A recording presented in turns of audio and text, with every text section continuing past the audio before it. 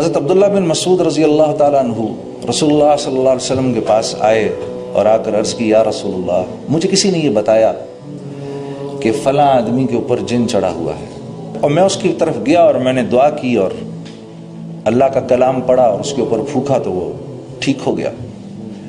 تو اللہ کے نبی مسکرائے، پوچھا عبداللہ تو نے کیا پڑھا اس کے اوپر جا کر؟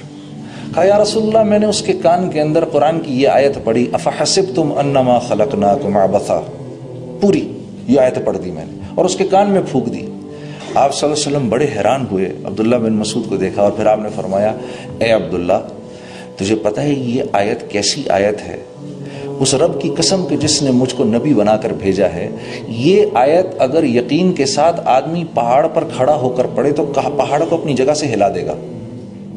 اب میں یہ بات پڑھ رہا تھا اب مجھے یہ خیال آیا کہ پچھلے 4-5 سال سے کسی اللہ والے نے، کسی نیک بزرگ نے مجھے یہ کہا تھا کہ بھئی دیکھو دن کے وقت یہ آیت پڑھ لیا کرو، دن کے شروع میں یہ آیت پڑھ لیا کرو، اللہ رب العزت تمہارے سارے دن کے کاموں کے لیے کافی ہو جائیں گے، تمہاری دعائیں قبول ہوں گی۔ تو مجھے یہ خیال آیا کہ یہ 3-4 سالوں سے تو میں اس آیت کو پڑھ رہا ہوں لیکن میں نے کوئی اس کا افیکٹ نہیں دیکھا، نہ اپنی ذات پر دیکھا نہ کسی اور پر دیکھا۔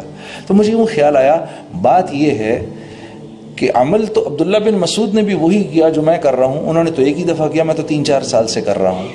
فرق یہ ہے کہ ان کے پاس وہ ایمان کی جو مایا ہے وہ ایسی ہے کہ یہ جو آیتوں کے بول ان کی زبان سے نکلتے ہیں تو وہ جو ڈیزائرڈ افیکٹس ہم چاہتے ہیں نا، وہ ڈیزائرڈ افیکٹ جو ہیں وہ ڈیزائرڈ افیکٹ ہو جاتے ہیں، اور میں پڑھ کے رہ جاتا ہوں۔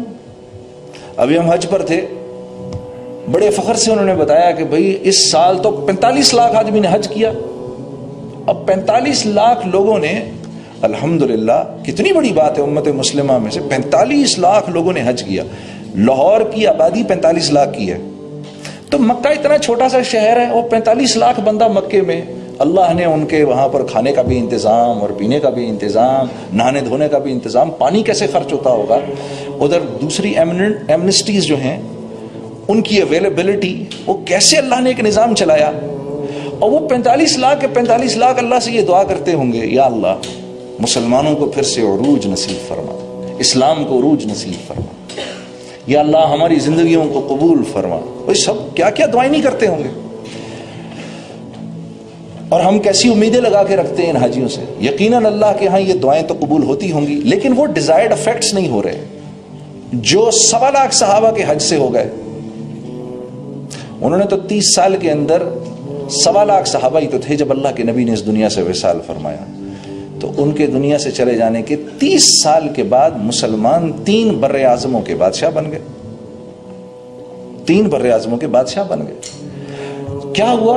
فرق کیا ہے؟ وہ ایمان کی کمی فرق ہے میرے دوستوں، اور کوئی نہیں۔ اعمال وہ بھی وہی کرتے ہیں، وہ بھی وہی کرتے تھے جو میں اور آپ کر رہے ہیں، بلکہ ہم زیادہ کر رہے ہیں۔ عبداللہ بن مسعود ایک دفعہ تابعین کی ایک جماعت بیٹھی ہوئی تو ان سے فرمانے لگے اے تابعین کی جماعت، آج تم لوگ روزے بھی زیادہ رکھتے ہو، نماز بھی زیادہ پڑھتے ہو، قرآن بھی زیادہ پڑھتے ہو۔ صحابہ اتنا نہیں کرتے تھے لیکن اللہ کے ہاں وہ بڑے مقبول لوگ تھے۔ فرق کیا ہے؟ فرق کیا تھا کہ ان کے دل دنیا کی لذتوں اور اس کی حب جاہ اور حب مال سے ان کے دل خالی تھے، اور ہمارے دل بھرے ہوئے ہیں۔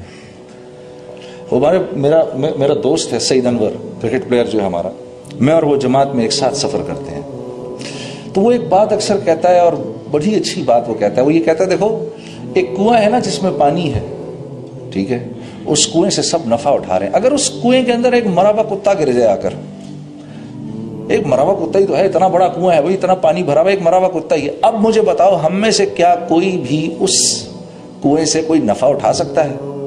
نہیں اٹھا سکتا۔ آپ اس میں پانی پہ پانی بھرتے رہو، کوئی نہیں۔ لوگ کہیں گے 1 منٹ رکو، سب سے پہلے اس مرے ہوئے کتے کو باہر نکالو، اس کو باہر نکالو، اس کے باہر نکل جانے کے بعد اب جو تم چاہتے ہو وہ ہو جائے گا۔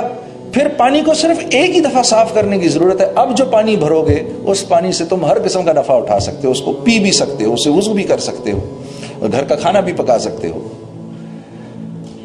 تو اعمال کی کمی نہیں ہے، اعمال تو ہم کر رہے ہیں الحمدللہ۔ میرے عزیز دوستوں، میرے بھائی اور میری بہنوں، فرق صرف یہ ہے کہ ہمارے دل ایمان کی مایا سے خالی ہے، ہاں میرے بھائی اور میری بہنوں، دنیا میں آ جانے کے بعد ہمارا سب سے قیمتی اثاثہ ایمان ہے۔ حضرت عمر رضی اللہ تعالیٰ عنہ پر جب کوئی حال آتا تھا، کوئی دنیاوی حال آتا تھا، تو آپ اللہ سے بہت شکر کرتے تھے، یا اللہ تیرا لاکھ لاکھ شکر ہے کہ یہ حال میری جان پر آیا ہے، میرے ایمان پر نہیں آیا۔ کیونکہ میرے دوستو، ایمان وہ اندر کی مایا ہے جو انسان کو اللہ کے حکموں پر کھڑا کرتی ہے۔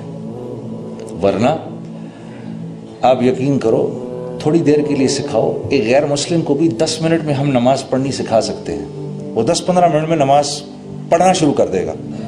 اسی طریقے سے تکبیر تحریمہ کرے گا، ہاتھ باندھے گا، کھڑا رہے گا، اسی طریقے سے رکوع میں چلا جائے گا، اسی طریقے سے سجدہ بھی کر لے گا۔